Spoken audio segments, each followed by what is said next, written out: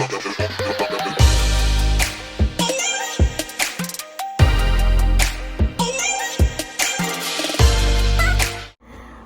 so I'm recording this video because I did a poll about a month ago on my Instagram asking my followers if they'd like any videos about why I'm no longer one of Jehovah's Witnesses and any experiences that I've had within that organization.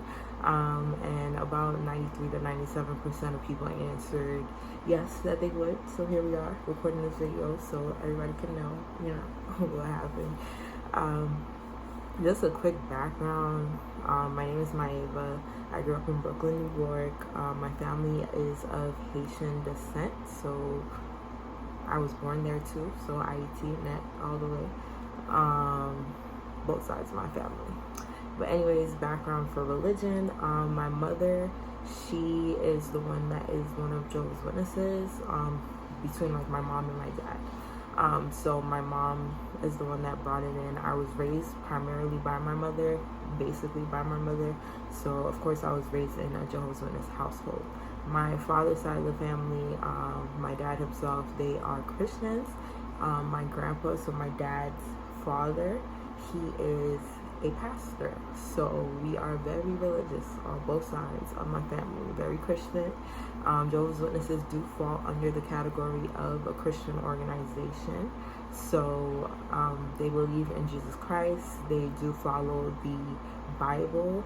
However, Jehovah's Witnesses have their own version of the Bible. It's the same stories.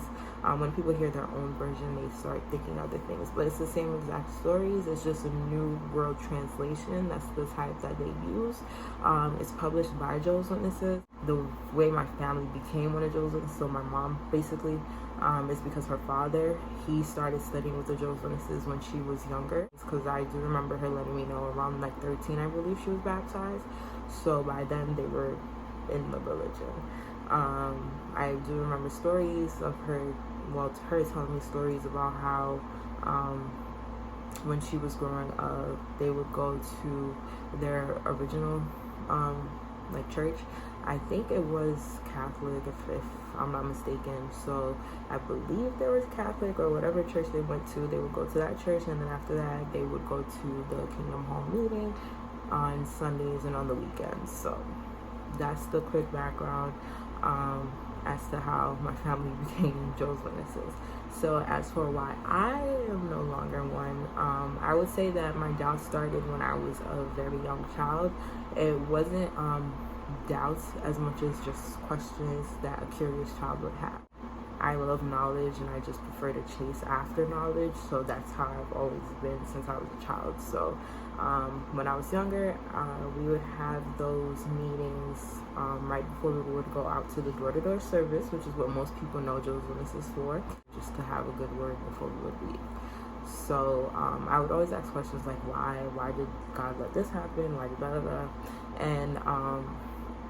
and just the Haitian culture itself, you're not really allowed to ask questions to adults. If they tell you something, that's what it is. No questions asked. So when I would be looked sideways at and told not to ask questions, I thought it was more so for the culture than really the religion. But it turns out it's both, I guess, because to this day, if I would ask questions, I would always get, the answers, so read your Bible if you still don't know, which that did not sit well with me. So the first thing I would say that didn't sit well with me was basically not being able to ask questions and not being able to feel comfortable learning or trying to learn, and learn in a way that wasn't so robotic. It's very input-output type of learning. I'm the type of person that will input, then I want to research, and then I'll come with my own output. If it's the same as what you told me, then that's cool. If not, we need to go back to the beginning to figure out what went wrong and how I got my answer and how you got yours. Which they do say they encourage, but I personally have not experienced that, and it's not only my mother, it's with all other Jehovah's Witnesses that I've encountered.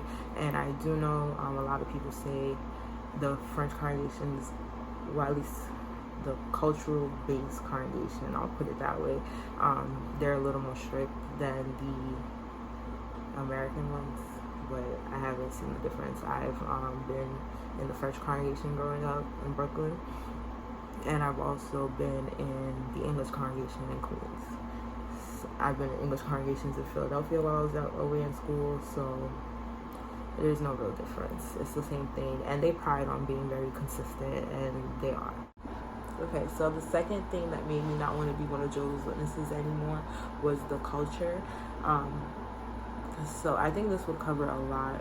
I think I'm only going to do 3 things, but the culture aspect, I can start off with saying just the interactions that you have with people, they are very friendly.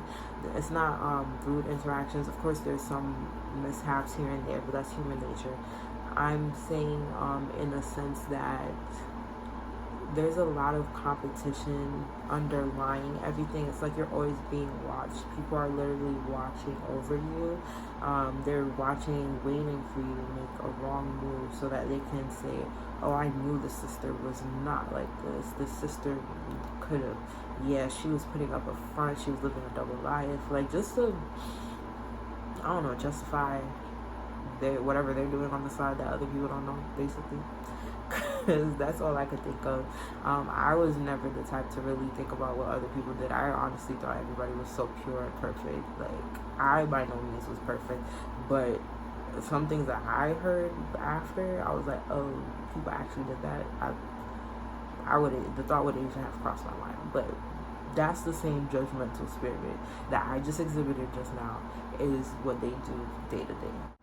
There's a lot of competition, especially with, I guess it goes for all ages, but it really starts with Jehovah's Witnesses who were born and raised there. So me, some of my friends, I do know, like, parents would be like, well, that brother is for my daughter, so I'm gonna make sure that I get in close with their family as early as possible, make sure our children are hanging out as soon as possible, so my daughter is set for when she's ready to get married, because of course, you know, she's a virgin and he should be too, and they're gonna lose it to, you know, get married, lose it to get to each other, and then have kids and live happily ever after until they die, and then go to the paradise earth. So they have this like perfect picture painted of how life should be, and anything that falls outside of that is of the devil's influence.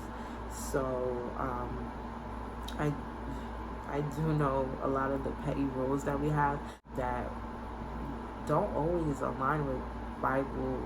Like, it's not explicitly in the Bible, basically. They'll just be like, well, it can be interpreted that way. So one of the rules was, I remember one time we were sitting, I must have been probably like a junior in high school, I would say, junior, senior in high school, but more than likely junior in high school. They were having one of those special meetings at the Kingdom Hall. Sometimes they would have announcements that the governing body would like to trickle down to the people at the Kingdom Halls, like everybody. One of them was that they did not want us wearing yoga pants. So leggings, yoga pants, that was unchristian-like to wear because it hugged your form too much for women. The brother was also like, he does not want men wearing tight pants because it had homophobic undertones, apparently. Since not their words exactly, but in more or less the words were basically how the gays have taken over the fashion industry, and they're trying to make it as normalized as possible, like to that effect of why the brothers should not be wearing slacks that were tight. Like, okay. And the leggings thing, I literally looked over at my mother and I was like, I'm not following that rule. Same meeting, they also brought up the whole what was that thing? Paintball, yes. So they brought up the rule how paintball is not Christian-like, which I understand. I guess you can put it that way because it's kind of mimicking using armor. So like being in combat at war, things like that. So that's why we should not be wearing it. So the Jehovah's Witnesses have a lot of those underlying petty rules that are not explicitly in the Bible, which I do know, again, a lot of religions have those, but they take it to an extreme, because yoga, leggings, if I'm going to the gym, what do you want me to wear? And there's also the whole thing about college. I could make a whole nother video about college. But essentially, Jehovah's Witnesses do not really believe in higher education. They don't believe in it because they don't believe that this system of things, so the world that we live in right now and the way that it's functioning, is not going to last. So there's no point in investing your time and your money into going into higher education, because you will not need it. And the skills that you will learn in this lifetime, this system, you will not need when you pass on and go into paradise. So that's why they discourage higher education. The time should be spent doing your ministry service, so door-to-door service, letter writing, cart witnessing.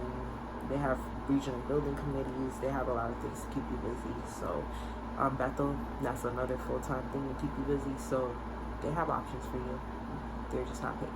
So yeah, you got to figure out how you're going to eat and survive in a world that is getting more and more expensive without going to school. But school is not, I'm not saying school is for everybody, but I think the option should still be there. I know people who started businesses or done things that you did not require the whole traditional route of going to college,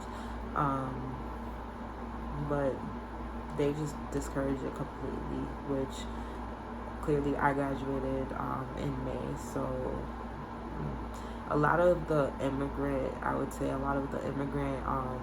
Jehovah's Witnesses, or at least the ones that are, I don't know how to explain it, but basically my Haitian parents, mother, upbringing, I was going to school. So it honestly, that's flexible depending on the congregation that you go to, and even then they'll still be like yes and no. Like, yes, go to school, yes, I know some people who are still Jehovah's Witnesses. One of them, I believe she has a master's in nursing right now, and she was a full-time pioneer. Like, I know people who've done both, which is doable, but they would prefer that you just stick to one thing, because then you're playing both sides, and that's not good in the eyes of Jehovah. So it's what you can bear, basically.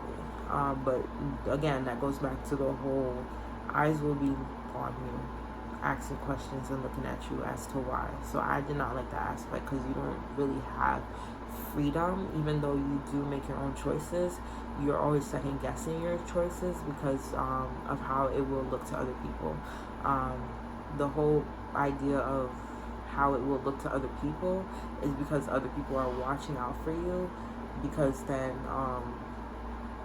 Jehovah put those people in your life that are watching to make sure that you're doing what he wants you to do. So they're basically just holding you accountable. I did all that just to say they're holding you accountable for what Jehovah's already had put in place for us to know to do. Another thing with the culture is, like, anything that's not Jehovah's Witnesses is, or related to, is the devil. So if I wanted to listen to gospel music, that is not okay. Okay, you're going to listen to the kingdom ministries that were formulated and created by the governing body and whoever else in Bethel that's allowed to make that. The next thing with that, like, any television, I mean, I guess other religions do that too, but any, like, television shows, to be very weary and careful. I remember just mentioning magic, saying the word magic was just like, oh, how dare you say that word? And it's like, what? It's a word. I'm not practicing it. It's just a word. And then the other thing about outside, it's like, you can have friends outside of Jehovah's Witnesses, but they're not really supposed to be your real friends. Like, that's just the people you frequent with because they're in your area. So Like my coworkers, that's people that I would say hi and bye to and give you a literature and be like, read this Bible if you want to be my friend. Plain and simple. I was doing the same thing at school. So I remember one time I would tell my mom, I would be like, oh, I don't really feel that strange when I go to school. And she's like, why? I was like, what? Because I like fit in. Like everybody knows I'm Joe's Witness and they don't care. And she's like, they should care. And I was like, why? Why should they care? Like they literally don't even understand what that means half the time. And she's like, well, that's the devil working. Satan is trying to make you seem like everything that they do is normal and it's okay for you to follow them and that you're one of them, and then he's going to catch you in a trap, and that's what's going to happen, and you're going to fail at being one of Joe's Witnesses. And that's a problem because then you can't make it to paradise. So I took that very like personal, because I'm like, all the people that I know, I told her this in high school, all the people that I know, or most of the people or the friends that I did have in school, I've known since elementary school. So I'm like, how are they so evil if I've literally watched them? We grew up together. Like I know everything about them. Like I know, especially my best friends, they're still my best friends till today. I literally have watched them go from kindergarten, some of them even pre-K, all the way up to right now, which is adulthood, like finish college and everything, like people working on their masters, working in their careers already. How are these so evil? Like how are they so evil? What makes them so different from me? And when you would ask that question, they'd be like, oh, the difference is that you know the truth and they don't. And as their friend, if you're really their friend for as long as you've been saying you are, you need to get them to become one of Joe's Witnesses so that they can live in the paradise earth with you in the future. I found that to be the most